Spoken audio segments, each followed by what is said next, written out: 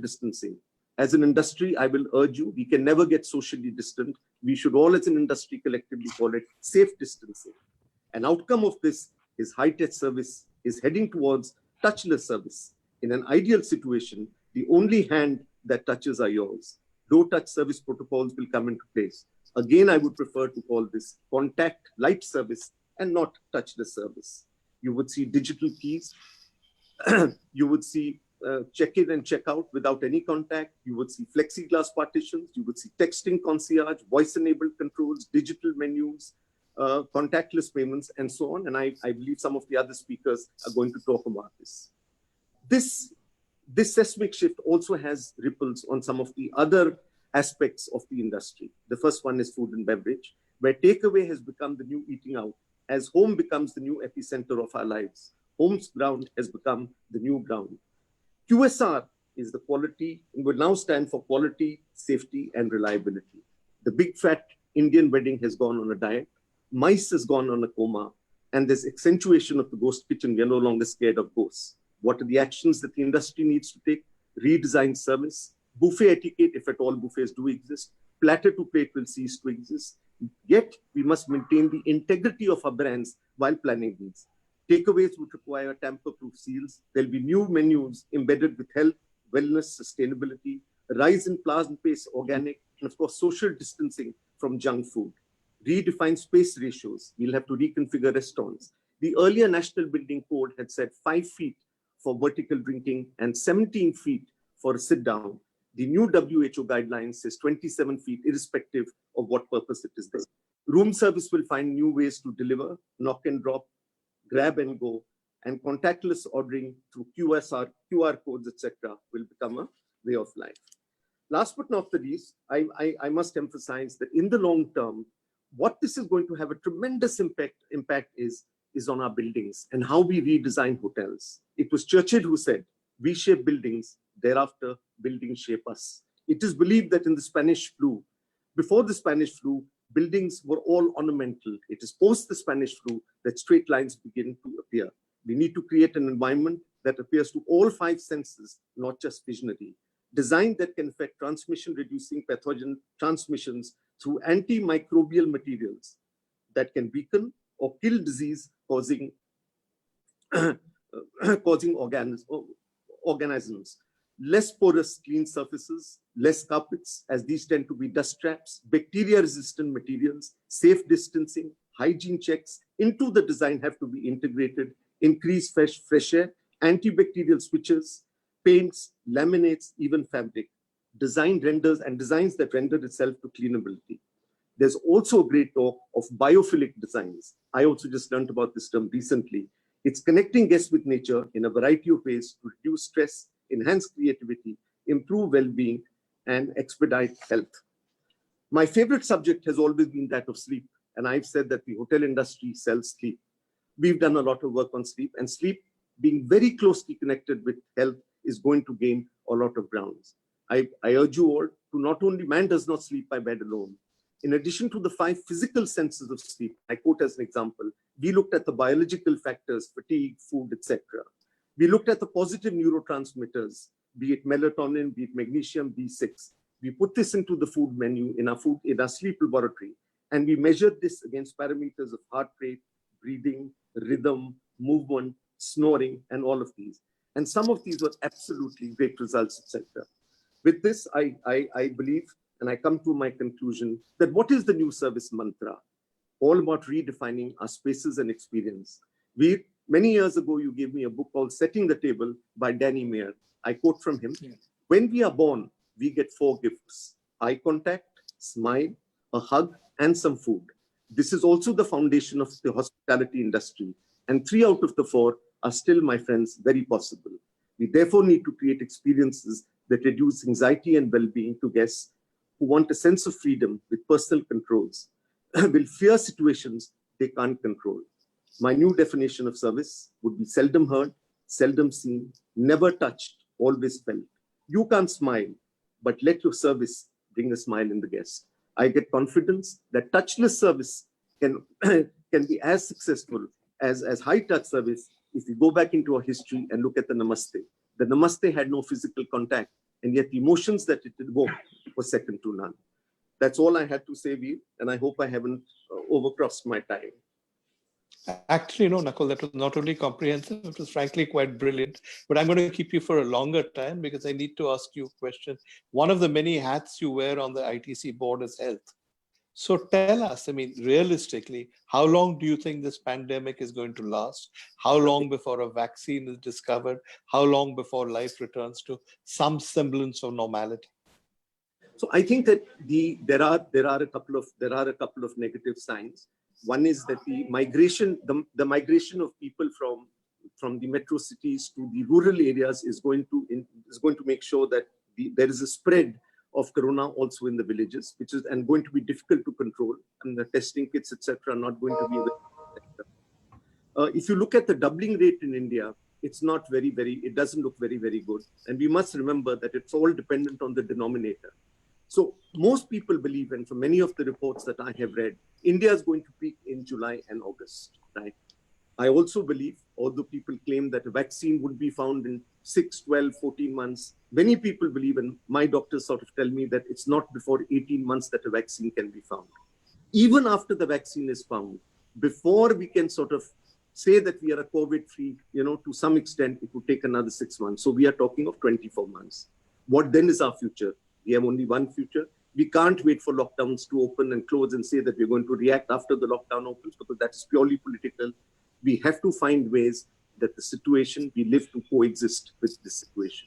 And all our service designs and many of the things that I mentioned, and there's some brilliant job, and a lot of the readings that I'm doing are from chains, the Hyatt, the Marriott, the Uberwise, the Taj. Each one has done some brilliant job.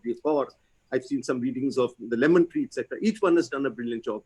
We've collectively pulled this together. We've got to learn to coexist for the next 24 months. So that's not really great news, no? All those people saying that there will be a vaccine perfected by September and then we'll all be okay. I just need to step in for just a few seconds. Yeah. We have a situation, the numbers are jumped so much, people are not able to log in. So I just want to pass a message to everybody who's watching. Look, the numbers are unprecedented. I'm getting calls after calls, messages after messages. Anybody who's unable to log into Zoom because of the large numbers, please move into the bwhotelier.com online and BW Hotelier Facebook page. The feed is live over there. Thank you. Okay. Sorry for this. Thanks. My apologies. Thanks, Bhuvnesh. Not to worry. The more people who watch, the better it is. I wanted to go to Dr. Jyotsna Suri. The question every hotelier is asking, and pretty much anybody who's involved in the hotel business is asking, if you look at what Trump is doing for hotels in America, if you look at what the British government is doing, if you look at what the Italians did in terms of salaries, nearly every government has recognized the importance of tourism as a cash earner, as a means of employment.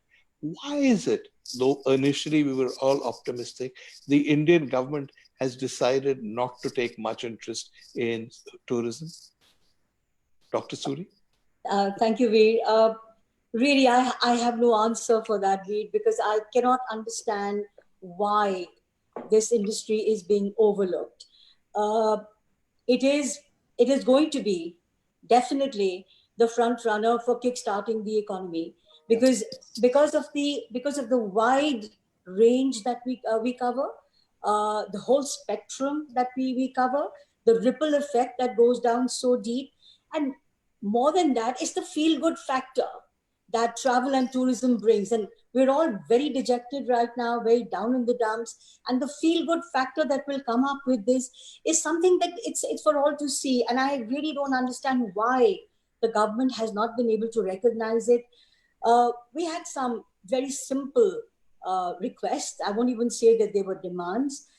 We were looking at a moratorium, but this morning, Shaktikant Das, the RBI governor, has extended the moratorium by another 3 months, which again I think is a bit of a joke, because the first 3 months are over and the lockdown is still there, and our industry is not going to get back anywhere close to normal for another year. So, but having said that, it's a bit of a respite. We did need some support, like the support that has been given by all governments. For example, the UK, is giving 80% of the salary. So there's been no job losses. People are on board. The hotels may be closed, but at least their jobs are intact. Here, the problem that is going to be faced by us, it is already being faced by us, and it's a very typical scenario in all hotels. Your biggest payout is your payroll, and post that is your bank, and then you get on to your operational and utilities. The payroll is becoming a huge issue for us because there has been absolutely no generation of income whatsoever. We've got a few doctors here and there, but there's nothing really coming out of it. Now, how long can we sustain that payroll is a big question. We were looking for some support from the government, at least to give us some element, maybe not all, maybe 10%, 20%, 30%, whatever they could. It hasn't happened. Why has it not happened is really a very difficult question to answer. But perhaps there is a feeling that exists in policymakers that we are an elitist industry. I mean, the hotels are all luxury and they're 5-star and they have a lot of money, so they can get, they can cope up with this, which is not correct, because the luxury element of our hotels is very small. We go down to 3-star, 2-star, we go down to the roadside amenities, we go down to, bed and breakfast rooms. There's a whole range that exists. So it's not just the luxury segment. So clearly, I think they do need to realize it, and we are going to continue. We also need some support from the states, because there is, we have these payouts of mandatory payouts, statutory payments that we make, whether it's property tax, whether it's lease rentals, whether it's license payments. Now, when there is no business and we still have to continue paying those, it's irrational. So the states need to come up and support us as well. And so does the center.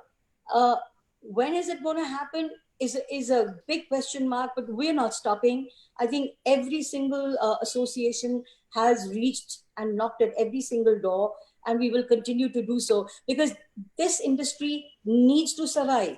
Because if it does not survive, it is really going to be a very, very negative effect on the economy of India. And on the other hand, if we do survive, we can definitely be the torch bearers of the revival of the Indian economy. Thank you, Veer. Jyoti, one more question.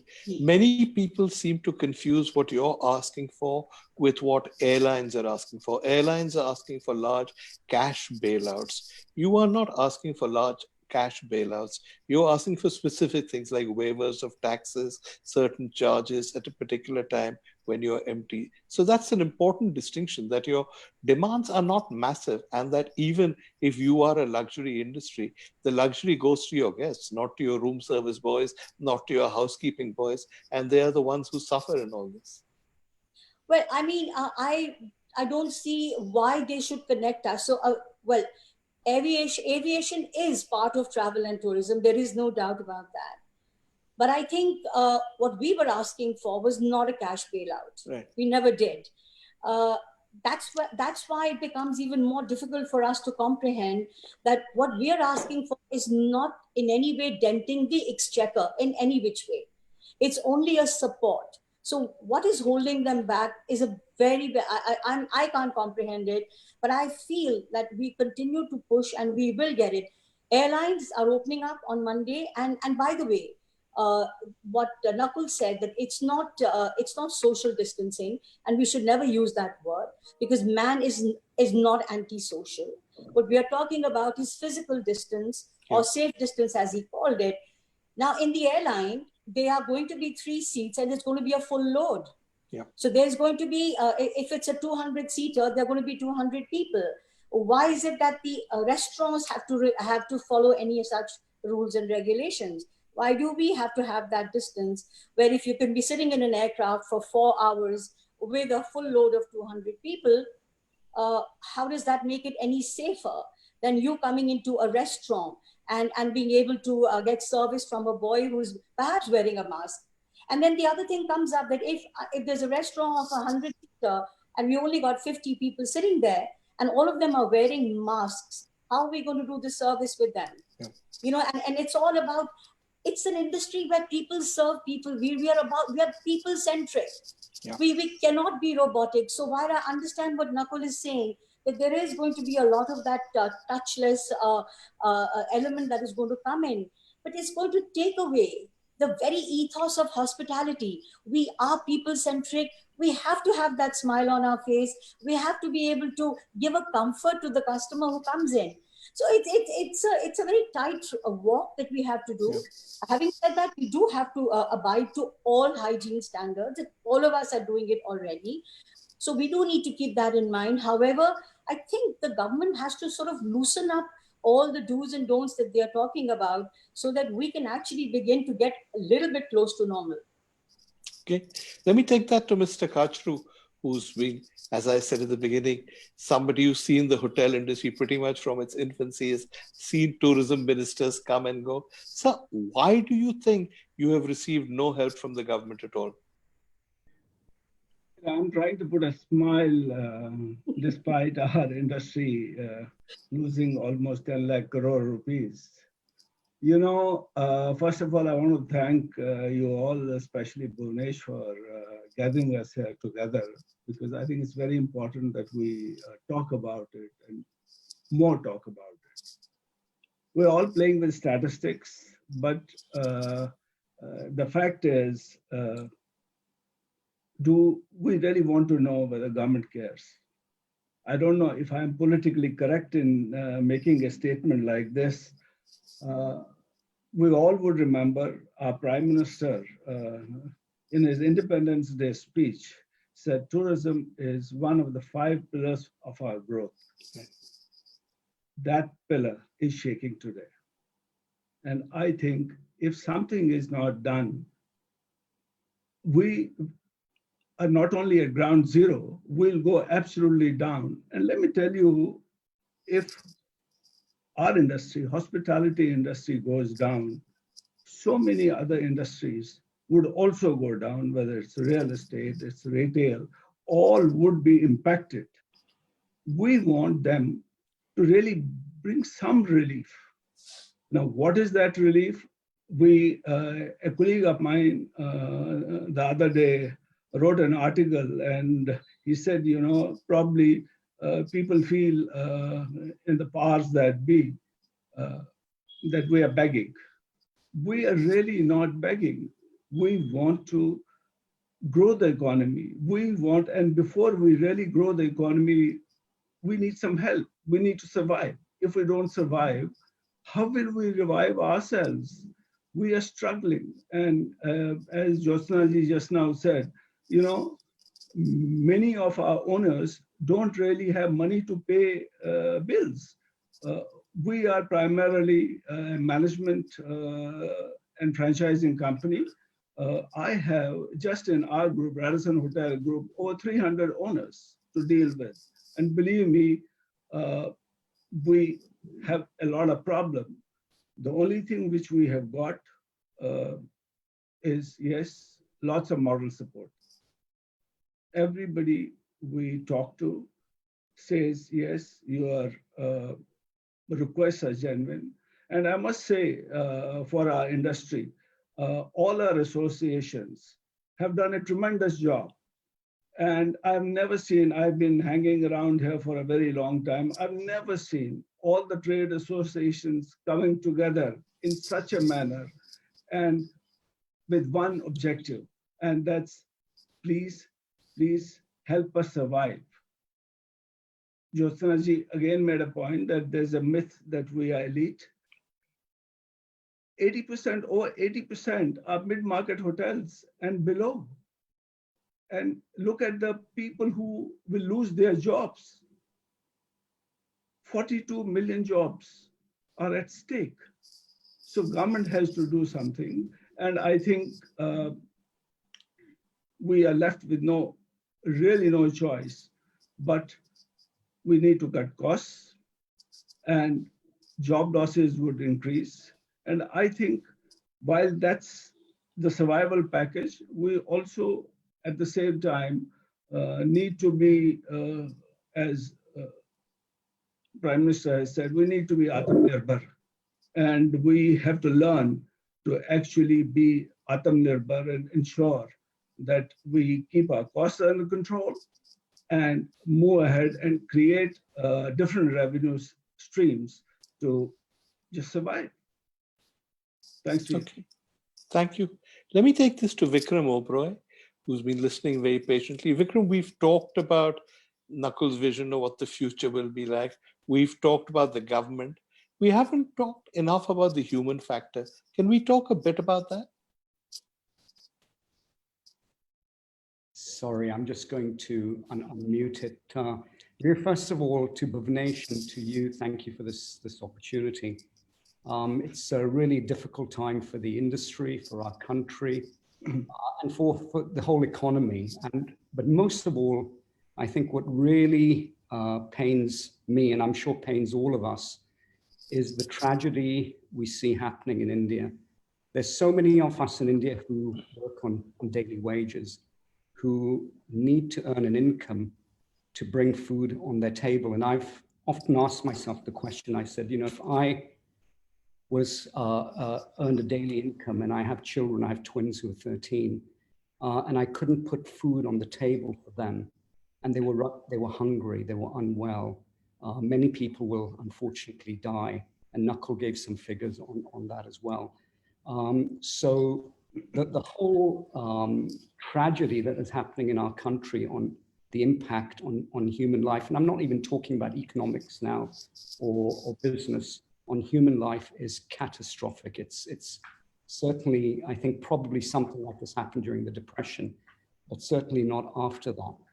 And the people have already, Jyotsna and has already covered the point on government support. We're all disappointed that the government has done nothing for tourism and hospitality, even though we employ so many people. But I think the most important thing in my mind when we look forward actually is really how do we generate demand? Because we can't live on government support. That's an intermediary support measure. Ultimately, what needs to happen is people need to be able to visit hotels, go to restaurants and dine. And I think so. I have a slightly different perspective, which I'd like to present. Anybody who, and we've had fatalities in India from COVID-19, and those are families, they're individuals, they're children, parents, friends, and anybody, if we've all lost people we love. And when you lose people you love, no matter what the circumstances, it's very, very painful for that particular family, that particular individual, or those individuals involved with that person. But I think, when I look at it, I say, how do we bring perspective to this that makes people, and again, fact-based perspective. And I broadly see that there are two groups of people who, or maybe three groups of people who are who could get infected. They're the young people who don't have any pre-existing conditions. And if you look at the data on that, which is now published, it may not be in India, but it's a fair representation of what may happen in India. The vast majority, and you'll read figures between 50 and 70% of people are asymptomatic, especially younger people asymptomatic. They show minor to no symptoms. And in India, those are the same people who drive our economy, who are the vast majority of our population. So that's one group of people. The second group of people are people who may be young, under 45, under 55, but who have diabetes, respiratory illnesses, and other illnesses that make them much more susceptible to COVID. And then there are the elderly who maybe also have many of these underlying diseases or conditions that make them the most vulnerable. And I think the first thing to do to stimulate demand is to actually share this information so that people understand, again, fact-based data on what's happening across the world. So people get a perspective, because right now people are scared. They're scared of going out. We did at Oberoi Hotels, we did a survey, and about over 40% of people said they would not travel till a vaccine comes out. That's, and we have a global population of 7.8 billion people. You have to produce the vaccine and those numbers. You then have to administer those vaccines. It's not something that is going to happen in 12 months, perhaps not even in 24 months. So we have to live with COVID for this foreseeable future. And we can't stop living. I mean, people have to go on with their lives. So I think if we bring perspective to this, information that gives people, the younger people, the understanding that actually there's very little risk associated with COVID. I mean, if you really put those risks, you wouldn't even drive a car, you wouldn't leave home. For the people who are vulnerable, we really need to think about the elderly and people with certain pre-existing conditions. What is it that we can do to help those particular people from getting infected? I know one of the things we've done in our organization, and I'm sure we're not unusual in this, I'm sure everybody's done it, is that we've said, if you have any pre-existing conditions or you're of a certain age, irrespective, don't come to work, stay at home. Whether you can, if you're at our corporate office, you can work from home. But even if you're not, don't risk getting unwell, because those people are at risk. But the other people need to, realize that there is really very, very little risk, and life can't come to a stop. I'd just like to share some figures with you, Veer, which are unrelated. And if you give me 2 more minutes, if sure. I'm over my time, go ahead. Tell me. Go ahead. But I was looking at figures. Now, if I were to ask people in the audience, do we know the number of children who under the age of 5 die every year, or have died so far this year? Right? These are children with parents. And I know if I lost a child, and I hope that day never ever comes, I don't know what I would do with my life. It's probably the biggest catastrophe that a parent can face. That figure stands at, for the first 5 months of this year globally, at 3 million people. It's slightly under 3 million people. There are going to be 6 million children who are going to die under the age of 5. If you look at things like, I unfortunately don't smoke, but if you look at deaths from smoking related illnesses, that's sitting today at just under 2 million people. It's going to double to 4 million people. If you look at people who die from road accidents, so far the number is 530,000. It's going to double to just over 1 million people. So I think, one size doesn't fit all, and we need to understand this. The children one particularly hurt me. Why aren't we doing more for our children? Why aren't we doing more for healthcare, and nutrition for people in our country? And we'll have a large number of people under the age of 5 or children who are dying in our country out of this number. Let's inform people. Let's present the facts so people can take the right decisions. Those decisions will stimulate demand, I have no doubt, and that will drive the economy, that will drive our business. And I think highlighting this is of critical importance. Governments and press and media really need to present these facts to the public so that there's awareness and people can take the right decisions for themselves. Yeah. Thanks, Vikram. That's a very important point. I don't think people look at it from that perspective. I'm going to go to Neeraj Govil, because Marriott has faced this kind of problem in China before. It's facing it now too. So I wanted to ask, do you think there are lessons for us from other countries' experience? Is there anything we can do based on what other countries have done? Neeraj? Thanks, Veer. And let me just say to everyone on this who's listening in on this, I hope you're keeping well and staying well. I think there are lessons to be learned from how anyone else is dealing with this as well, not just China. But interestingly, we are starting as a company to see some very initial signs of some positivity coming out of China. As you know, China had SARS, it was the epicenter of SARS back in 2002. And a number of the other Southeast Asian countries were impacted by this too.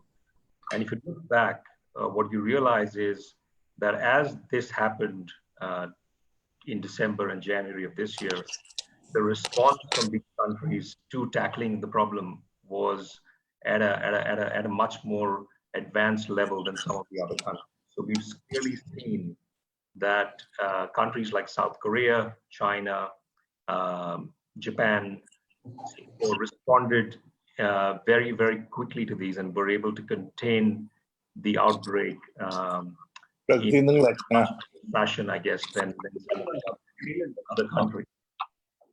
So we've obviously seen that they've managed to implement their learnings from SARS. Now, when you look at China or you look at South Korea today, where we are starting to see some signs of positivity, China, of course, is at a very different stage of the COVID cycle as compared to India, obviously, with India expected to peak sometime in late June or early July from what we're seeing. But in China today, I can tell you that the vast majority of hotels have reopened. At one point in time, Marriott had about 90 plus hotels that were closed. That number is down to single digits. China went through a phase where occupancies, very much like what they are here now, were in single digits for the most part. Hotels were really supporting government initiatives, housing medical workers and other staff dealing with the pandemic. And today, it's good to see that in the month of May, it's possible that Marriott hotels in China will report occupancies somewhere between 35 and 40% as an aggregated portfolio. Yeah. Right. So there is, what I'm trying to say here is, yes, we're on survival mode. Yes, we are really trying to keep our necks above the water here. But at the end of the day, there is light at the end of the tunnel. What has been extremely interesting to see, like some of the other panelists pointed out before, is that once there is a sense that the impact of COVID-19 is beginning to ebb, and China, like India will in the very near term, has turned to its domestic market, we are starting to see that social distancing is quickly being put to the back burner when people feel they're back in a safer environment. So to the point that Dr. Suri was making about restaurants and having people, in an aircraft and comparing that to the restaurants some time ago, we are starting to see that in China over the holiday period that was there recently, the restaurants were pretty full. Hotels were running very high occupancies in some of the resort locations. So they have a mechanism in place to ensure that customers are in a safe environment. They have a mechanism in place to handle any sort of outbreak, which is giving confidence to the end user, which gives confidence to the associates to be able to take care of those customers. And then really we are starting to see some signs of positivity come out of there. The other thing I want to point out here, Veer, is we're starting to see the same in South Korea. Mm-hmm. And what is really interesting is I was talking to my counterpart who runs Australia and the Pacific, and there is talk there, very interestingly, of creating an Australia-New Zealand travel bubble, because both of these countries have been able to largely contain the virus. What they're saying is, let's allow travel between the two countries, but let's kind of bubble it up so no one from outside can get in. So what I guess what I'm trying to say here is, what is very interesting is you're seeing a bilateral agreement there between two countries where they're saying, let's travel from one to the other and open that space up. And chances are you're going to see that happen in other parts of the world and also in Asia, right? Everyone today is looking to attract the Chinese traveler to most destinations. Yeah. China is able to say that we've contained this. Chances are that there will be other countries focused heavily on tourism that sign up for these agreements with China and you might start to see an influx of Chinese tourists into these destinations. It could be Vietnam, it could be Thailand, it could be Sri Lanka. So I think looking forward, there are certainly some signs of positivity. We continue to have a great deal of belief in the long-term viability of the travel industry. Yeah. We all need to travel. And I think while we love technology, we are in a people industry. And I think when you look at it, when you look around, there are already some signs starting to emerge that there may be light at the end of this tunnel. Now, we have to get there to that stage. India is still, like I said, in a different cycle, in different stage of the cycle. But I do see there are some green shoots on the horizon that we should be looking to and looking to learn from. A couple of points from what you said.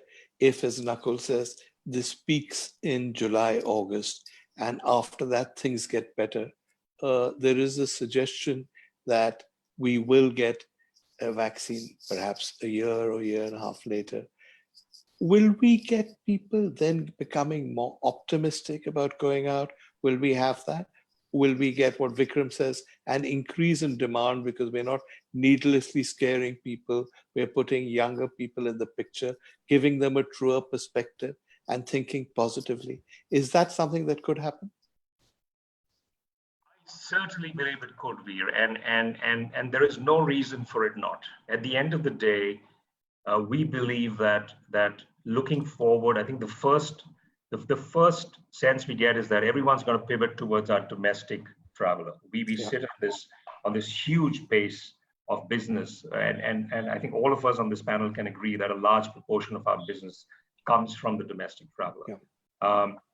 The initial travel that we see on the horizon is basically folks that can get into a car and drive to a particular location. So drive-to locations are going to be the first form that people are going to access, because there's some comfort in getting into your own vehicle and getting from point A to point B. So that's where staycations come in. And as borders start to open up, as these little bilateral agreements happen between our own states, you're probably going to see people get into a car and drive from Delhi to Jaipur, or from Mumbai to Goa. So you're going to see stuff like that happen. Next, you're going to see essential business travel come through, right? And I think that's going to be the next phase. But it's critical here that the fear psychosis starts to end. I think, as Vikram correctly pointed out, it is important that we look at statistics and data, and really ensure that we get out there and start getting going again. There is enough and more data to prove that the risk involved to a large section of society is not as significant as it is as people may want to think about. So there certainly is. It's about confidence, and I think as an industry, it is important for us to do a few things here. One, everyone's talked about the focus on health and sanitation, and I think the industry overwhelmingly is coming out and saying we're going to do a lot in that space.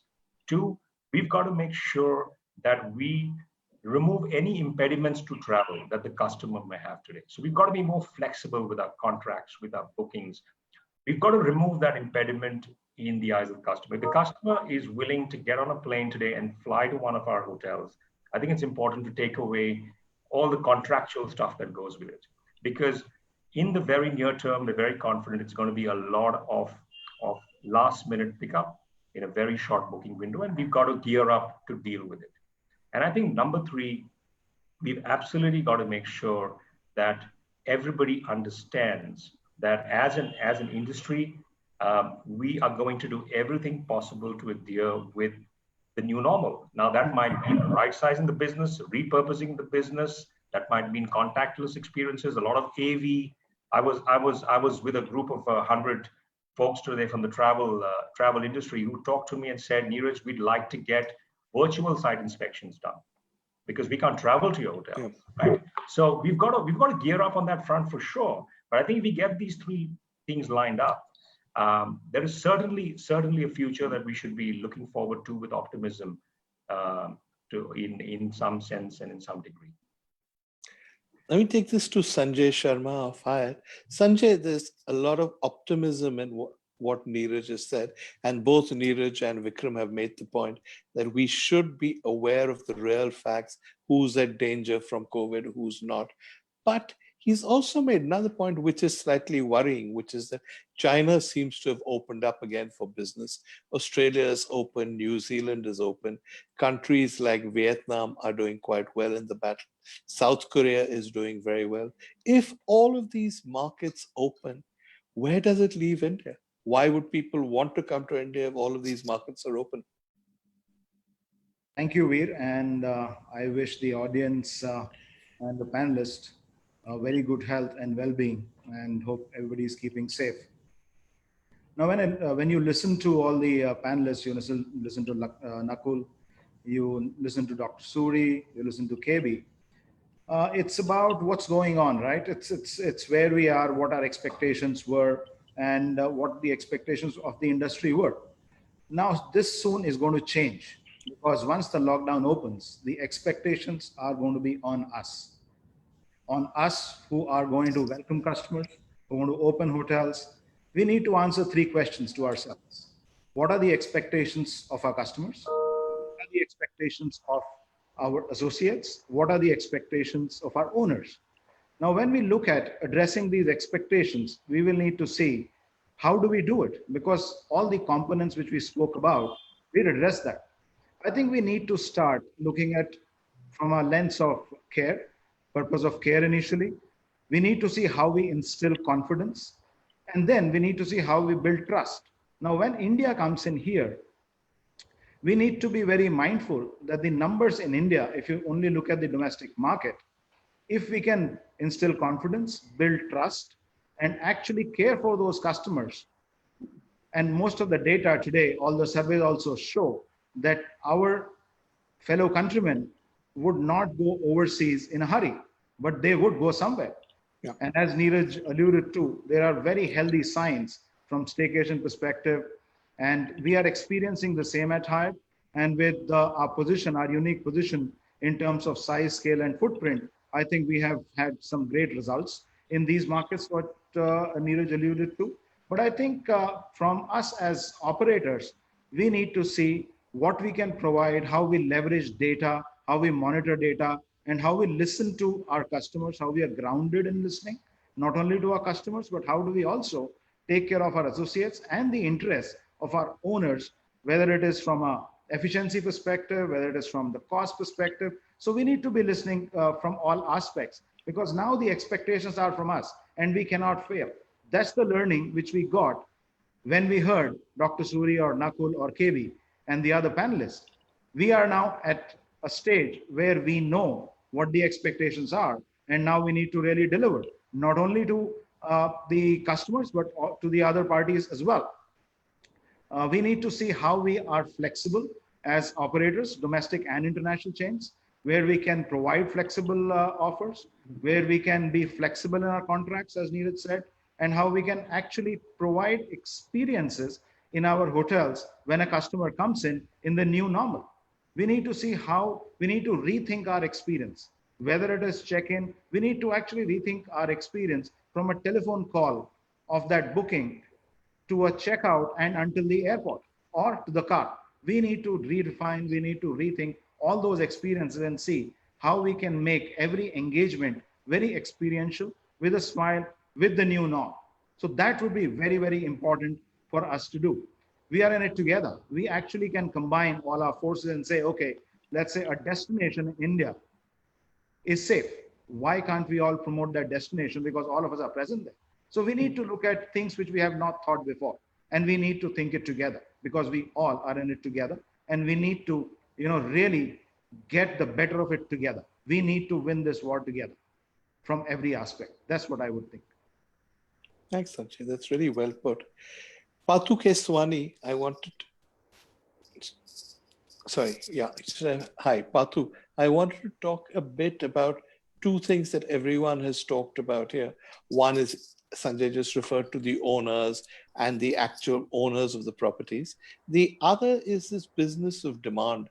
We need to get demand going. We need to do something to reassure people. Let's move from that to the next question, which is, how do you see demand growing? And how do you see supply being affected? Because if the industry is really in such dire straits, it seems reasonable that some properties will fall by the wayside, that people who are planning to build hotels may put those ideas on hold. So how do you see the demand-supply match developing in the coming year or so?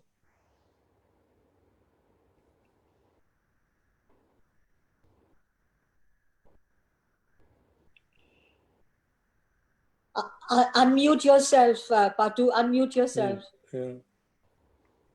Okay. Thank you, Jyotsna. Okay. Hi, All right. I hope you're all safe and healthy. Yeah. So, when I was listening to everybody here, I realized that there is one common element here, which is we as people. See, if you look at our business, nobody in their right mind would get into the hotel business. Okay. It's highly capital intensive. You take debt. In India, you get short-term high-cost debt. It is highly volatile in terms of demand. It has very high fixed costs, which is mostly people. And as I said, it is very volatile in demand. And we've just come out of 10 years of utter misery after the global financial crisis.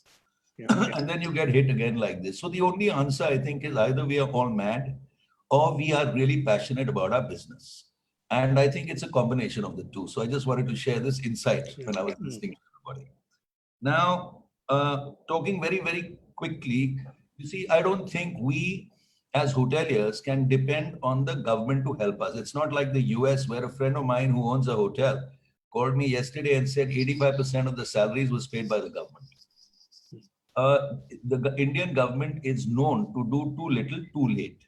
And I think if we go with that premise, we can try our very best, but we should expect very little. Now, coming back to your questions, my broad perspective is, as human beings, the other day I was reading a book on psychology that we tend to remember and overreact to very negative stuff. And we live in that moment and we do not realize that life is a sine wave. You know, things go up, things come down. So I'm going to refer back to two incidents in one which is documented but not quantified, and the other which much worse than this. So let's talk about the 16th, in the 14th century and again in the 17th century. 1/3 of humanity was wiped out in the plagues that occurred. Coming to the latest, which was the Spanish flu 100 years ago, between spring 1918 and spring 1919, which was in fact during the World War, out of 1.5 billion people in the world, 500 million got the disease and 50 million died. I believe India itself had 10 million deaths. So if I put it in the current context, it would be as if 2.5 billion people in the world get the disease and 250 million die.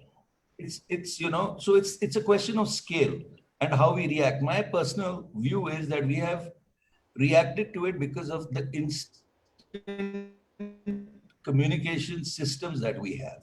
But what I would like to remind myself and everybody here is that humanity has always overcome. So with that perspective, I have a 3-year perspective, which is very clear in my mind. And this is what I think is going to happen. Firstly, for the first time in history, the whole world, every government, every pharma company, every laboratory is focusing on curing a single disease.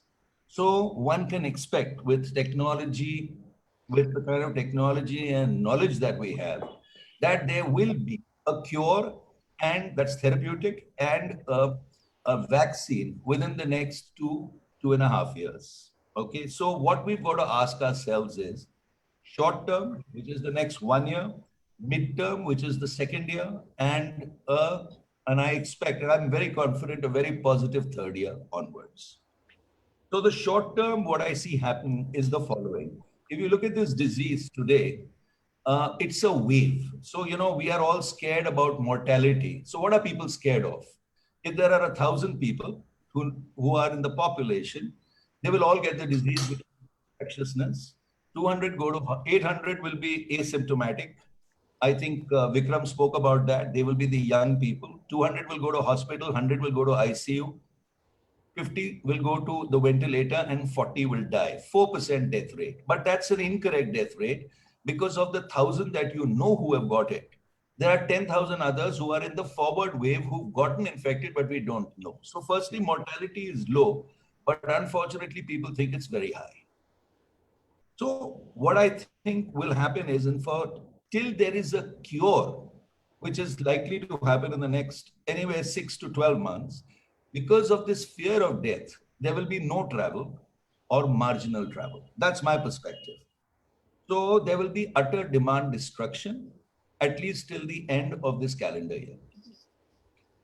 So what do we need to do till then? Just 2 things. And actually, it's a positive, the way I see it is. One is drop your costs. And at least in our system, in our company, we've said, whatever happens, we will do 2 things. One is we will not lay off our associates, but we will take massive salary cuts at leader level in order to ensure that we don't have to lay off anybody. And the second is we will make payments to the small vendors. And I'll come back to why I am saying this. timely payment to the MSME vendors to our group. I think this is an opportunity for us to redefine ratios. I was looking at two of our hotels, one in Hyderabad and in another city, where in Bangalore, where we were doing 90% occupancy. And I discovered that we are running those hotels with 40% of the sanctioned staff. Now, this was an amazing thing. What is sanctioned staff? We all define sanctioned staff, but how do we define it? We found that in a 270-room hotel, we used to have 5 receptionists. Today, we are running it with 2. Okay, obviously check-ins and check-outs are very few, but the point is we need to review our entire ratios, because I think this is an opportunity for us to restaff at an optimum level and use this crisis to discover that optimum level. What do I see happening in 6 to 9 months to 12 months is a cure. Definitely there will be a cure which will reduce mortality. And among the 3 segments that consume hotel rooms in India, the domestic travel will start. My only concern is that flights should not be so constrained or destroyed, airlines destroyed, or social distancing being put in place where the cost per seat is so high that it will preclude travel. So first 1 year, I see destruction of demand. Second year, I see revival of domestic demand to a small extent. But worryingly, I see that if you don't have a liquidity cushion, a lot of demand will get destroyed, which means hotels will shut down. I don't know if they will change hands, but some hotels will shut down because of lack of support from the government. And this will lead to long-term supply destruction. In the next 2.5 years, I am certain that a vaccine for the virus will come. Think of it for a minute, everybody, that this virus is 2 months old as far as the world is concerned. It really started in mid-March and it is now mid-May. In 2 months, look at the level of research, attention, and whatnot that is being given to this virus and a cure for it. Never before in history. So my view is that in 2 to 2.5 years, a vaccine will come. It will take 6 months to produce on a massive scale worldwide. We should be proud that the Serum Institute in Pune alone produces 1.5 billion vaccines a year. So there is no reason why we can't ramp up on a global scale to produce. And what I see happening is that 3 years from now, and I'm going to completely disagree with everybody here, once the world is vaccinated, it means 95% immunity. I'm predicting, okay, and you can hold me to it, social distancing will go out of the window. We will revert to norm, just like what happened in 1921 after the Spanish flu. Okay, we will revert to norm and everything will come back. But in the process, we must learn to retain those cost ratios that we've got and use them successfully to be more efficient. My broader concern is actually not linked to the hotel industry. It is linked to contraction of supply across India. Because so many industries, especially the small, medium industries, due to lack of liquidity will die, that it will lead to a lot of unemployment, which will be leading to social unrest. And my second concern is that if vital elements of India's economy, supply chain, are permanently destroyed, then there is no question in my mind that the Indian economy will contract for at least the next 4 to 5 years. So that is the bigger fear. Not that we will come back, but that demand will get affected by the death of multiple small industries. That's my view. It's pessimistic in the long run, but optimistic in terms of the world coming back to normal. Is that fair? Veer, I was talking to Brookfield. Their guys called me from New York. And here's a perspective. Okay. Brookfield, as you know, is one of the world's largest asset owners, real estate owners. So this guy is telling me, he's an Indian based in New York, that there are 12, I'm just giving an example. There are 1,250 malls in the United States and 55 in India. Okay. So he said, we don't even consider India, we don't even look at India. Let me tell you what we're looking at in the US. The 1,250 malls, most of them are in clusters just outside cities. So they are, people are encouraged to drive there and, like what happens in India too. He feels that because of contraction of demand, 60% of these malls will shut down in the next 2 years, which means from 1,250, it will drop to 500 malls. Right. He says in the next 2 years, demand will come back to 50% of what it was pre-COVID, which means the demand that would have fed 625 malls will now be fed by 500. So actually, footfalls of the surviving malls will go up. And then 2 years later, demand will come back to normal. And social distancing too will disappear. And therefore, any mall that survives will be enormously successful. Now, I'm not drawing a parallel between India and America, but I generally feel, and I do believe, that there will be significant demand, supply destruction in India. Okay? And the surviving hotels will benefit with, even if there is a contraction in demand for, due to a contraction in economy, surviving hotels will go back to normal. So I'm willing to actually bet on that. Jyotsna, you and I can have a deal. Okay. So you're basically saying survival of the fittest and then prosperity for the fittest.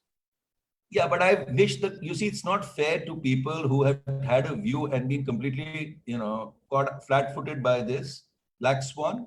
So I think it's important for the government to keep everybody alive. That I really believe. And I think which they won't do, no? But which we are all agreed they won't do. If they can't even step in now, why would they step in later? Yeah. Yeah. Okay, let me take this to Priya Paul, the one person who hasn't spoken at all. Priya, thank you. A lot of people are talking about a younger demographic. Vikram started that. A younger demographic is generally much less a threat than people seem to realize. Even those who get it are asymptomatic. They don't seem affected. One reason why we have low mortality rates in India is the demographic effect. 65% of our population is under 30. If you look at deaths in the US, in the UK, for instance, over half the deaths are people in care homes. In Italy, it tends to be older people. We, for better or for worse, have fewer older people and lots of young people. And as Vikram said, these are the younger people who power the economy, who power the demand. You, more than anybody else, has understood these people because all of your hotels over the last 15, 20 years have been ahead of their time. They've been hipper. They've appealed to younger people. So what do you make of this view that the people who power the new kind of hotel will on the whole be okay, and your kind of hotel will be okay, and perhaps the industry as a whole will eventually be okay? Thanks, Veer, and thanks, Bhuvnesh, for inviting me on this panel. There's lots of food for thought on this. Yeah. So while our hotels are youthful, I would say, I mean, our customers are of all age types, because what we really deliver is food and beverages and entertainment as a customer value proposition, so which is quite unique. And it's really that entertainment that drives a lot of the venues and spaces, and that's where we actually are plugged into what is happening in the more youthful market. So I think it goes back to people are social people. And whether they're wanting to dine out or hang out with people or meet friends and family or go to clubs and bars, that's very much part of our experience of a modern city, or of a person who's anybody from 18 to, let's say, 45, 50. Okay, that's what I define as young. I'm no longer in that group. But so what do they want? I mean, people want to socialize. If you see pictures from all over the world, from London, New York, all the European cities, people are out back in bars, back in restaurants, some with dividers, mostly without masks. And some of those pictures for us sitting in India is like appalling, because if you go out on the street in India, everybody, rich or poor, laborer, anybody is wearing a mask. So I think that's brilliant, first of all, in India. But the rest of the world, that's not what's happening. So, but they're immediately out there. I mean, if you survey any of us, or if you survey 100 people, the first thing they want to do is to go and meet their friends and family. Probably friends first, family second, I don't know, depends. Okay, so what are we as hotel spaces? We are also venues for these events and live bands and music and things like that. So my feeling is that will come back quite fast. I mean, in our business, we have taken all that business online. And it's quite amazing that you can have that reach. I mean, we've reached about 400,000 people who we would, and there are people that we would have not reached otherwise if we had not used technology, whether it's Zoom or Facebook Live or other ways of getting bands and performers into your living room. And the young kids are putting it on and doing a watch party and getting all their friends to participate and be in that same experience. So entertainment and food is all about being immersive. I mean, the cooking programs will show you that. So that's one thing on the food and entertainment. And I think with technology, there are many hybrid ways for anybody who's in the entertainment or music business to actually look at a physical space for your band performance, and then a non-physical space, which is like a worldwide global audience to do that. So there are very exciting things happening there, and which I know we're doing. On the food side, of course, the big boom has been hotels, and particularly the five-star hotels, looking at food delivery as a revenue stream. Not always easy to do because our kitchens in hotels are not geared to doing, let's say, kind of airline quality and that scalable kind of quality. We're better suited as doing smaller orders and maybe 50 orders a day. But if for any of us to scale up, we need to do about 500 meals, 1,000 meals a day. So that's some of the business that I know that we are and other hospitality companies are doing that, because we're going to have spare capacity. So there's no reason why some kitchens can't be converted to look at this market. If you have 5 restaurants, I don't think for the next year that anyone can really run all 5. It would be foolish maybe in some ways. And again, if you have a higher APC, you could do a combination of a sit-in with 50% occupancy, which I hope goes very fast. And you have a combination of a takeout service, which brings the restaurant experience to people's homes. But we're talking at a higher price level for a lot of the hotel companies that are on this panel.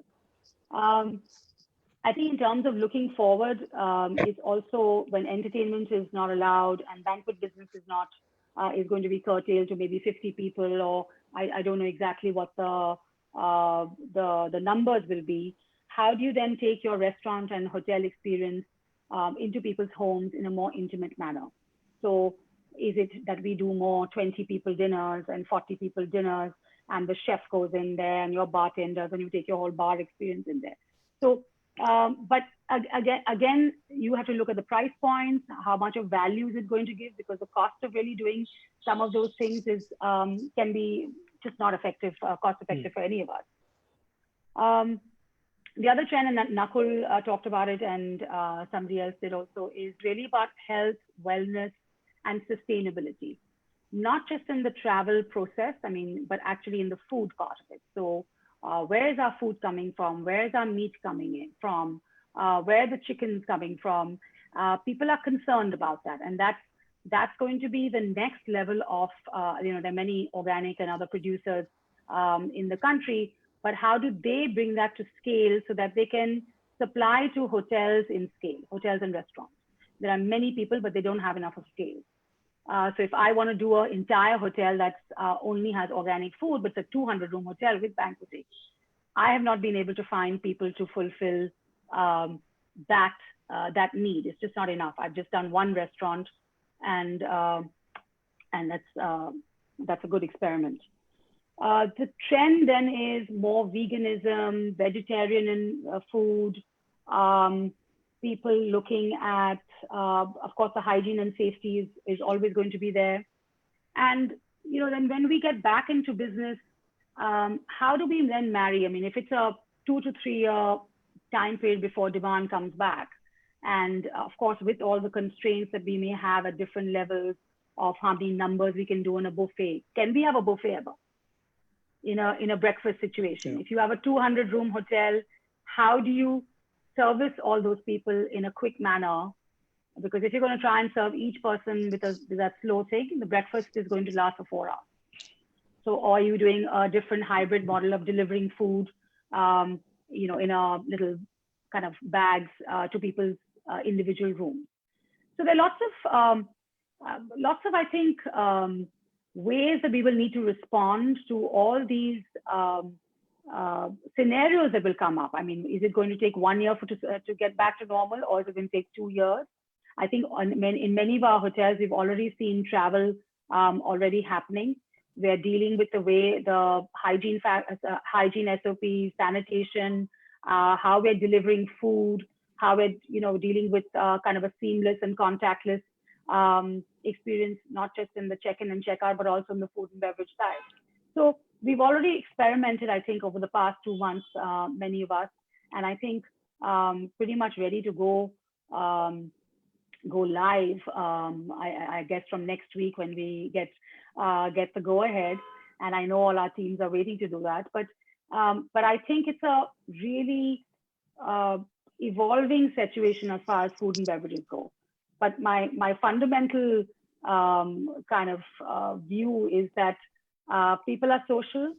People want to meet each other. We are the right place for people to meet there with the safety, hygiene, security, and high quality. And we can guarantee that with a lot of the methods that we're doing.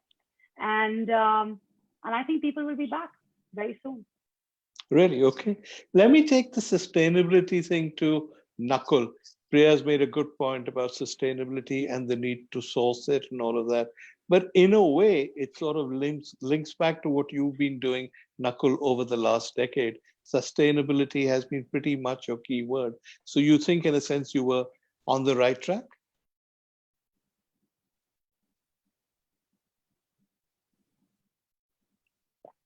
Unmute yourself, Nakul. Sorry, tell everyone. When ITC, I think many years back, and adopted the triple bottom line approach. And I think the challenge was when we came to rebranding our hotels, and when we went from Sheraton and we went to Luxury Collection, and we were creating a whole lot of more luxury hotels, etc. I think the choice was at that point or the other that are we going to be green or are we going to be luxury? It was believed at that time that the two can't go together. That to be a green hotel, you had to switch off the power, you had to throttle the water pressure, you don't change the bed sheets in 48 hours, and so on and so forth, etc.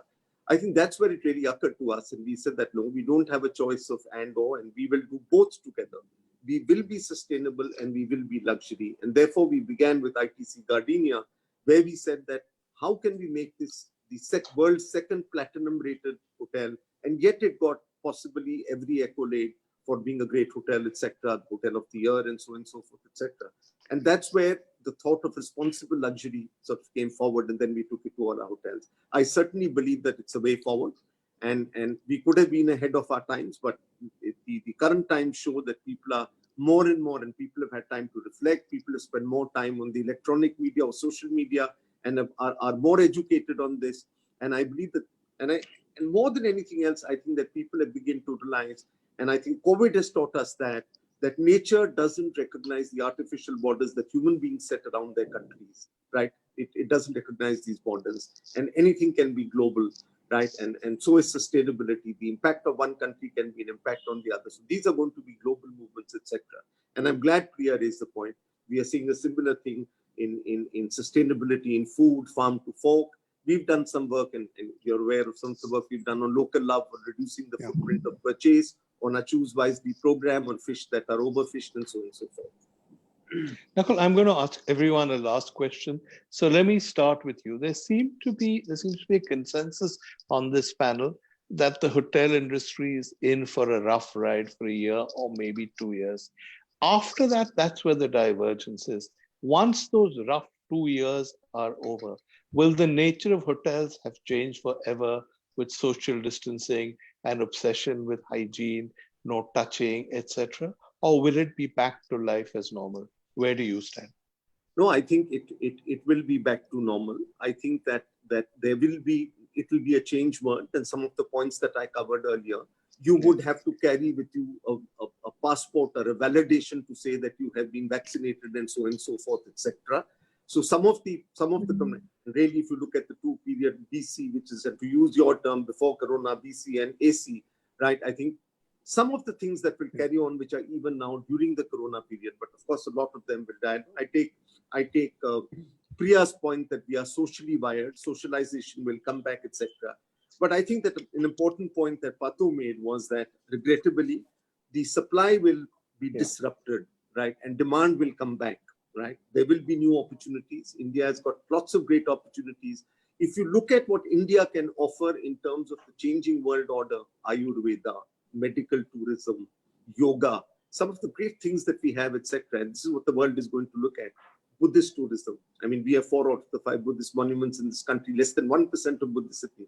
If we really take this time and as I said, look at the telescope and create together a market plan of what products are we going to offer in which markets, not necessarily long haul markets. We've got $400 billion worth of travel in East Asia, minus China. Even if we can take 10% of that, we can double our foreign exchange journey. So I think there are some great opportunities. Regrettably, yes, the supply will go down, will get disrupted, but demand will certainly bounce back. But from different markets for different products. Okay. Jyoti, where do you stand? Do you sort of agree with the view that the hotel industry has changed forever, or Nakul's view, which is that there will be modifications after 2 years when things return to some semblance of normal, but basically this is a phase. Hospitality, warmth, etc. will continue, and social distancing, etc. will be forgotten. Well, I hope it does happen that way because, like I said, we are a people-centric industry. It's all about service. It's all about that warmth. So I do hope that that comes back. But I think what is going to be good with this, and a lot of our panelists have spoken about it, we'll have cleaned up ourselves on several levels. Trimmed away the fat. We will have more multi-skilling, more multitasking. The definition of luxury will change. We will become more responsible. We will be more sustainable. So I think at the end of it, it's going to be actually a great learning experience for us, and we are going to come out better than what we were. So that element, I think we all need to take advantage of this time and try and see how best we can adapt to this particular situation. But at the end of it, we do want to have that smile, that warmth, and we do want to be able to look after people and make them feel happy and comfortable. It's not social distancing. We can never be socially distant. It's just that physical distancing, which will last for a while. It cannot last for a long time. It's impossible. We cannot take away the hug from each other. We can't. So a point will come when all of us will have gone through all of this and then come out as winners. So I vote for the human touch back again. Okay, all right. Mr. Kachru, you've seen crises come and go. Do you agree with what the view of Nakul and Jyoti, I think, which is that things will return normal even if it takes 2 years? I would go in with what Patu has indicated. I think we have weathered many storms and for hundreds of years, and in the recent past also. I think we will get over this and we'll be very close to, we may not be 100% to what we were pre-COVID, but I can tell you we'll be very, very close to this in 18 to 24 months. Anyway, that's my belief. But I think having said that, we have to move on. We cannot go on, expecting things to happen. Padu spoke about various good points on restructuring ourselves to meet these current challenges.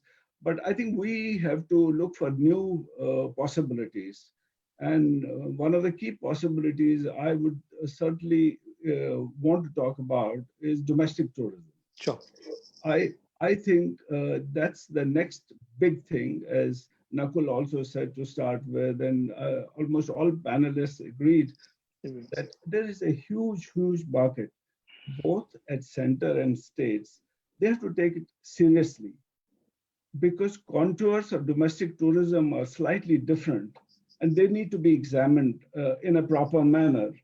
I think new protocols need to be established And I'll come back to validation of safety. Vikram indicated that they had done an internal survey and only 42% people felt that they would come back and stay. I mean, that's the confidence. We have to actually improve the trust level, improve the confidence level of our people who will visit us. Back to the government, what we expect if we are going to focus on domestic tourism, I think some of the infrastructural changes and giving us the right status. I personally feel unless they do something about changing the status of hospitality industry, hotel industry to either industry or infrastructure, things will not happen. I was talking amongst some of our colleagues the other day, hey, what do we need to do for domestic tourism? Everybody's talking about that it'll help us in the short run and there would be great growth. But in order to do that, we have to look at very minute things, creating like wayside facilities. If we don't have wayside facilities, don't expect people to drive. And the first point of growing tourism would be a drivable distance. Everybody here is pent up, they are at home, they want to go out, and they just want to sit in the car and drive 4 hours, 5 hours, 6 hours. But unless there are proper wayside facilities, it's not going to happen. And I feel that all of us have to take ownership for this. Tourism has to be a national priority. I feel all of us, the entire leadership of the industry and the government has to make it as a national priority. We can't live in that world. I remember a legend in the Sharma, whenever we used to meet him on different forums, he used to say, he's always reminded of who's minding the store. Old Hollywood movie. He said, the buck must stop somewhere. If tourism, civil aviation, they don't work together, I think we have an issue, and I think we all should work towards it. I think that's the way forward from my point of view. Thank you, sir. Sanjay, do you think, as most people here seem to believe, that we will have to make many adjustments and changes for a year, 2 years, including physical distancing, etc. But eventually, in 2 years, things will be back to normal, and many of the old concepts of hospitality, refined, of course, will be back. Thank you, Veer. I think comeback, I would say it would progress to a new level where the awareness would be much more. Our customers would be much more aware. So would our owners with the experience of now. What can be done? How can efficiencies be brought in? So they would be aware of that. It would require much more innovations. And there would be a lot of work required on experiences which we can provide, whether it is well-being, whether it is care. But if we can deliver our promise with the purpose of care, I think it would be back, and it would be back like how. But we need Neeraj, what's your perspective? Is the hotel industry going to change forever in the 2 years? It'll be out of action, or will it come back pretty much as it used to be in the pre-COVID era with new refinements and sophistications? Try and be Nostradamus here. I think this is all getting into the realms of speculation now. But reality is the way I see it. I think from a customer behavior standpoint and our delivery standpoint, we're quick to forget, and as things get better, people will sort of gravitate towards what they like to do, right? So I think broadly, I agree that we'll sort of move back to where we were the moment there is a cure or a vaccine that comes out for this. Having said that, some elements will stay. We saw that with 9/11. We saw that with what happened with the Mumbai attack. Some elements will sort of infuse themselves into our day-to-day operation and customer expectations. What I do believe will change significantly is the approach to hoteliering from here on. I do think that there will be a significant change in our supply chains. I do believe there'll be change to how hotels are designed. I think Nakul alluded to that right at the beginning of this. And I do believe that there'll be several aspects on how operators go about approaching the business from a cost standpoint and a restructuring standpoint, that will continue to play out into the future, into a much longer term window. I'll say in short that if we don't learn from this, it's been a wasted opportunity at the end of the day. I think the thing from this is we've got to make sure that we emerge leaner and wiser from the wear of this. And I think that's where I would say, as hoteliers, this is a fantastic opportunity in many ways for us to learn and hit the reset button. Okay. Priya, what do we see 2 years from now when the hotel industry presumably is back on its feet? Has the nature of hoteliering changed forever? Or will we go back to the pre-COVID era with maybe a few new systems and maybe a few new learnings? I think it's a combination of all those. And Okay. I think, and I agree with what Neeraj was saying, this is the time to actually look at your organization, reset it, reorganize. I think we've all had maybe 2 months to really do that and quite a deep dive into why we have certain costs, what do we want to do, and possibly reinvent our businesses going forward. So it's in one sense for that time we've had to ideate is really, really valuable. And we're still not out of the woods as yet. I think it will be generally in the economy a 2-year plus struggle. And it's obviously the hospitality industry is going to lag behind or lag with that. Whether there's a supply-demand mismatch, that might actually be to the ones who are the fittest and survive. That might be to our advantage 3 years hence in terms of rates maybe firming up and being better, because certainly there'll be a lot less supply. So that may be to our benefit. But I think the opportunity is to reset, reorganize, and move ahead, and absorbing some of the lessons that we've learned and some of the new kind of hygiene factors that we have to have. I do not think, personally, that this is the last virus epidemic that we're going to see. And possibly that's something that we should be preparing for what happens 5 years from now. So a bit of both. Okay. Patu, Thanks. It was your question really, so I'll bring it back to you, which is that there seems to be broad agreement, as you said, that we will see a leaner, perhaps more refined hotel industry at the end of 2 years. But the basic idea of warmth, hospitality, no necessary physical distancing, all that will go and people will be back to normal. Is that still your view? Yeah, broadly it's that, but I'd like to come back to just one broad point. You see, we've definitely been a very fragmented industry, and we do crazy stuff. For example, if I'm competing with somebody for some business, okay, and that business belongs to that person, I'll go and drop the price in order to shift it. And ultimately that person will retain it and have to drop the price to match the lower price I offered. So we do these suicidal things all the time, okay, as an industry. I think there should be more. I think one I would urge everybody to think of is rationality in the cost structures that we impose. Now, we are both owners of hotels and managers of hotels. I'll give you a simple example. We took a few steps. For many years, I used to complain in my system that why is the food cost at 36%? In the last 2 months, our food cost is 21%. How we achieved it was very interesting. Okay, I'm not getting into that specifically, but what I'm saying is, what I found interesting was that in crises like this, customer habits change, and those changes and habits can be driven by us. I'll give you an example.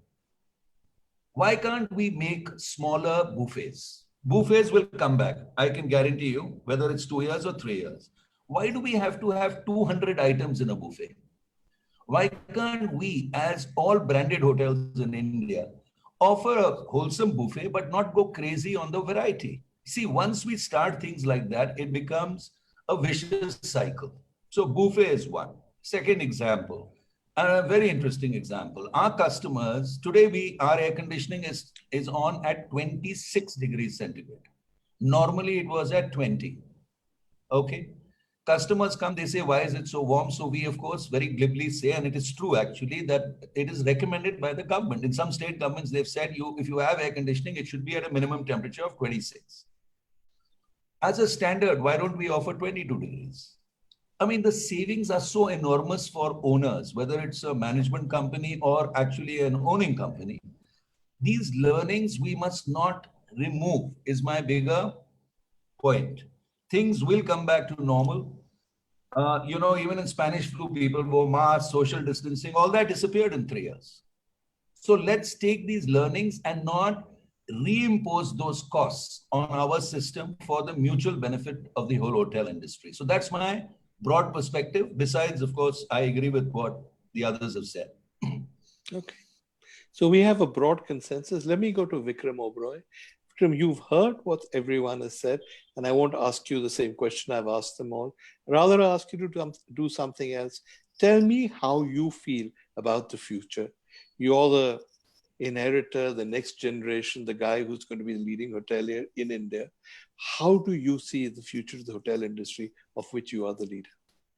Well, I think everybody's, Parthu and all the other panelists have talked about a optimistic future in a couple of years, whether that's 2 years or 18 months or 2.5 years.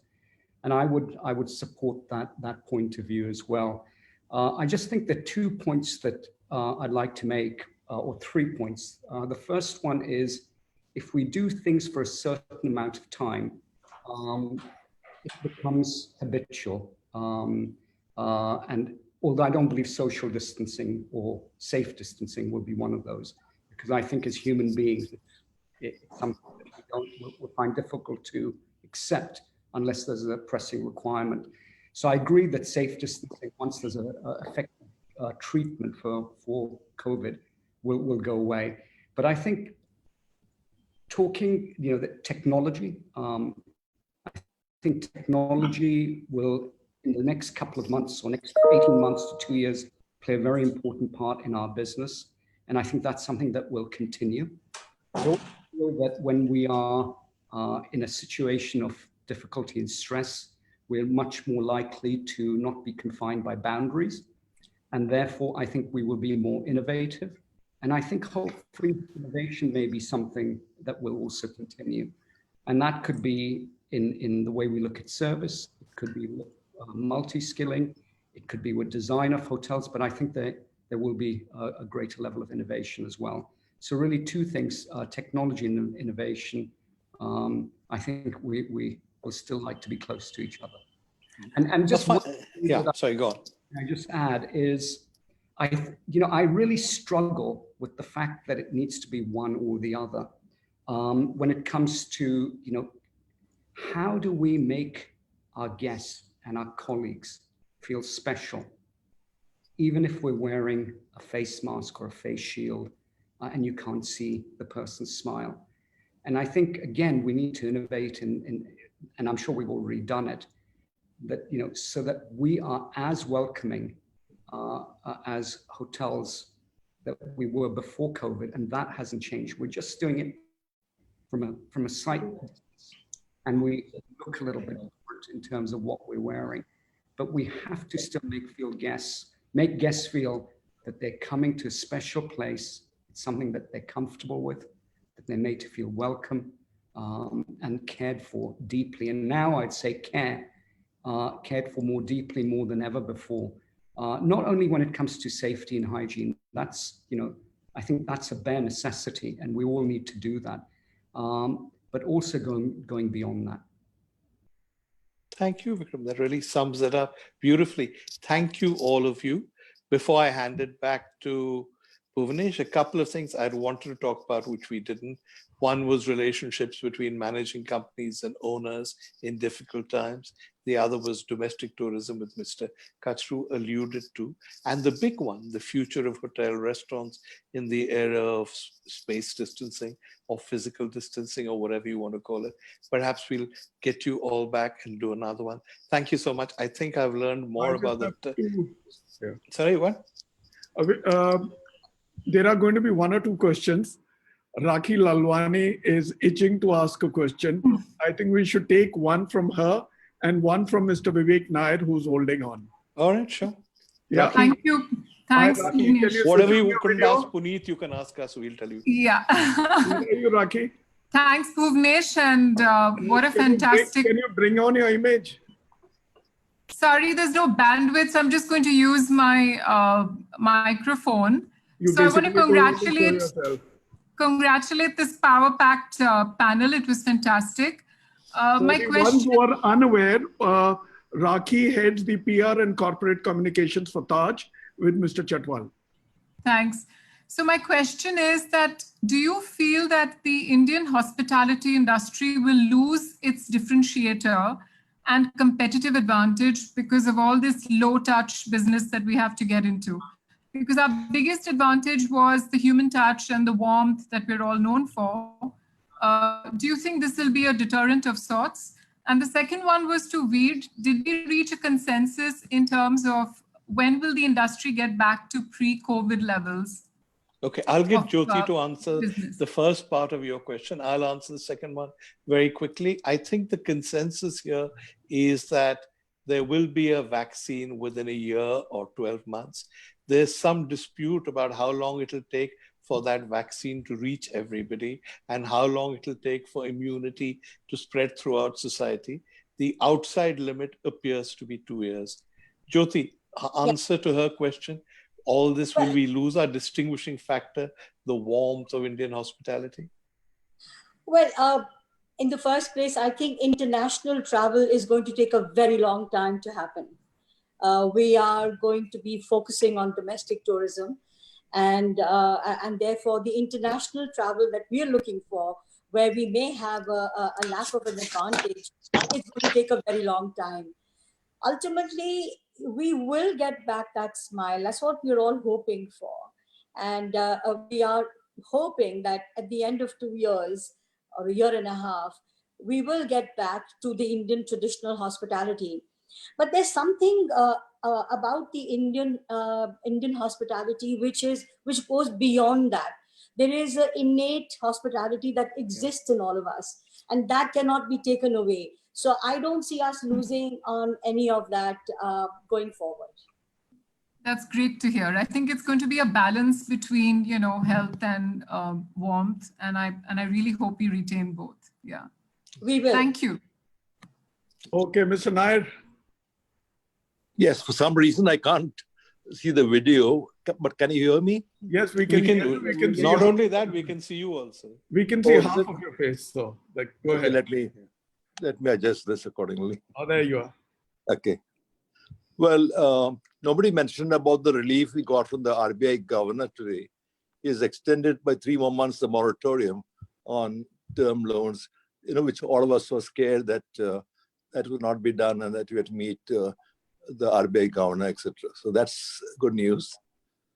And then I don't know whether you're aware that the government, in fact, the FM in our last press conference said that they've increased the limit of micro and small medium enterprises. And if you read the small print in the, if you zoom MSME, you'll find that service industry is also included now. And I went through it, and the good news is that the medium enterprises who have investment up to 5 crores and the turnover up to 100 crores could avail of this. Now, 100 crores would definitely cover 1, 2, 3, or even some 4-star properties. And of course, restaurants, almost the entire gamut of restaurants in the country would be covered. So that's great news. So I try to figure out how do you become a member? How do you enlist? And the form is given in the MSME portal. And the great advantage is that if you're having working capital limit with your bank, MSMEs are able to get extra funding from the bank without any additional collateral, which is indeed a big thing. And at rates of interest at 9.25 to 12%, depending on your for want of time, can we keep the question short, sir? No, I'm not asking a question. I'm informing you something which you all don't seem to know. I think we Hello. all know it was only a breather, if I may say so, and it's a good breather, and we acknowledge and thank them for that. Vivek, But there's a lot more. There's a lot and- more that needs to be done. yeah. So Yeah. Vivek, Yeah. before I started, I did say that the RBI governor has given us an extension of the 3-month moratorium, but Sorry, I I also missed that. said that it's not enough, and we need a minimum of 1 year. So we acknowledge that, Vivek, and maybe you didn't hear that. I didn't hear that. Okay, Mrs. Suri and Mrs. Paul, Dr. Suri and Mrs. Paul, we want you to, Priya, we want you to launch our digital issue. This is dedicated to all the women in the Indian hospitality industry. You'll see the silver wings, right? Yes. Right. So I have a daughter, a mother, a sister, right, a wife. So I think we need to empower the women of our industry, and this issue is dedicated to all of you. So I'd want you to bless it. Mrs. Suri, you're writing in this. So this is, would you want to say a couple of words very briefly? Should I go first or should Priya go first? Jyotsna, go ahead. Okay. Go ahead. So I heartiest congratulations, and for this that you are just launching. We are happy to be associated with it. And yes, women hoteliers are not many. There are not many women hoteliers, and I hope that there will be many, many more women hoteliers that come up in the front. It's generally a male domain, and Priya and myself feel we don't feel outnumbered ever. In fact, I think we get all the gentlemen to feel a little bit more cautious when we are around. But really, I think the opportunity for more women hoteliers to come up in the front is something that I'm hoping for. And heartiest congratulations to you. Over to you, Priya. Thanks, Jyotsna. Thanks, Bhuvanesh. I'm actually delighted that you're doing a cover on women in hospitality. And it's not just at Women's Day, because I think we need to celebrate the women who are in the industry, not just on Women's Day and that tokenism. And I hope you'll keep on celebrating by covering more outstanding women at all levels of the organization. And I think one of the things that also this work from home might have taught us is that how we can actually include more women in the workforce in hospitality by looking at more innovative ways of work, given the fact that they have to really bear the childbearing and the homework and all that so much more intensely. So I hope some of those issues are in this issue of yours. I look forward to reading it, and all the best. Thank you. Thank you, Dr. Suri and Priya. Tomorrow we are doing a live show with Chef Ranveer Barar at 3 p.m. So it's called F&B Chutzpah, Dead or Still Alive. So he's going to be giving us a lot of nuggets on the F&B, which is again suffering like hospitality, travel, and tourism has. And the other announcement, which wasn't planned, Veer, is everybody has looked forward to the BWEHA, which is the Indian Hospitality Summit Awards. It would have been the 5th year. If we can't do it physically, we are going online and doing the awards online. But we will not let go the years. We cannot go without celebrating hospitality and hoteliers. They've all waited. I've been getting a lot of mails. When is it going to happen? Unfortunately, the dates coincide. Do we close? I think so, yes. Yeah. Thank you, sir. I'll start with Mr. Nakul Anand. Mr. Anand, thank you so much. You encouraged us to do this. Aapka wo mute hai. Of yours. Thank you for the opportunity. It's been a pleasure to catch up with industry colleagues. Some of them I haven't seen for a while, and with all of you. And thank you for putting us all together. It gives us, we take away a lot of thoughts and lots of food for thought with us. Thank you so much. Grateful, sir. Mr. Kachru, he's not there? He's not there. He's there. Oh, he's there. No, he's My apologies. Bhuvanesh, can I? Hanji. No, one moment, sir. Yeah, Mr. Kachru. Mr. Kachru, as we close. Yeah. Hello. Yeah. Can you hear me? Yes, we can. Yeah. I just wanted to thank you and the entire fraternity. And the reset button actually is on now. And it was wonderful to be amongst friends today. Thank you. Patu. Have 2 minutes. Hi, Patu. Hi. Great as always. We're all friends. We enjoyed chatting and stimulating each other intellectually on possibilities. Thank you. Thank you, Patu. Dr. Suri. Thank you, Bhuvnesh. Thank you, Veer. I haven't seen Veer for ages. It was really good to see you. I just want to say one thing that, on a positive note, COVID has really united the hospitality industry. We have all come together. We've never interacted so much with each other as we have in the last 2 months. And I hope that this continues. So thank you very much. Priya. Thanks, Bhuvnesh, and thanks, Veer. That was great. I think there was almost too much. I mean, there's a lot more that we need to talk about, and there's a lot more that we could have talked about. But I hope we do that in another forum. Thank you so much for organizing this, and hopefully we will be doing more of these. Yeah. There are about 10 of them lined up, so look forward. Vikram. Thank you. Thank you. Vikram, you're unmute. Yeah. Bhuvnesh, well, first of all, thank you very much for this opportunity. Thank Veer, please. And I will thank Veer, of course. Veer, I have many things to thank for other things. So thank you, Veer. And our fellow hoteliers who participated in this panel.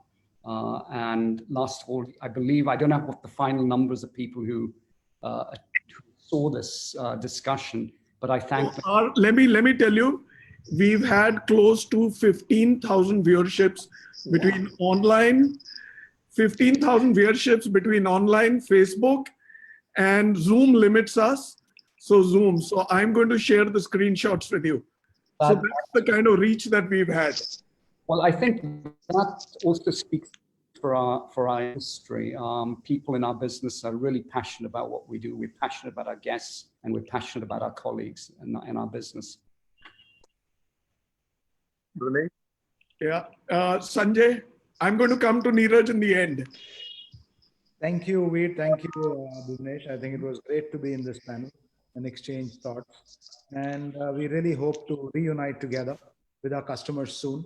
And also, I think the overwhelming support which the panelists got from the audience, the numbers speak for itself. So thank you very much. So let me show you a screenshot that says 12,844 engagements just on Facebook. So right. Bhuvnesh, for this, I think we should all give a big hand to Veer also for the manner in which he moderated, the manner in which he coordinated with all of us. He spoke to each one of us individually. I think we need to give him a big hand. Oh, absolutely. Absolutely.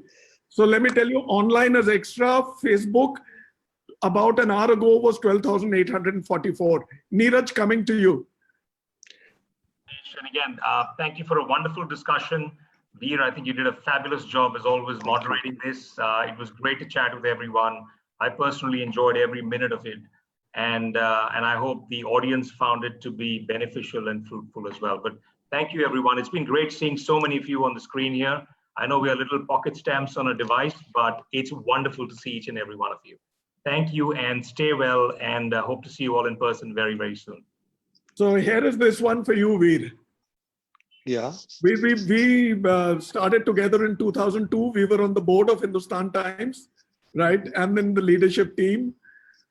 Thank you for agreeing to do this. All that I said, Veer, I want to do this with you.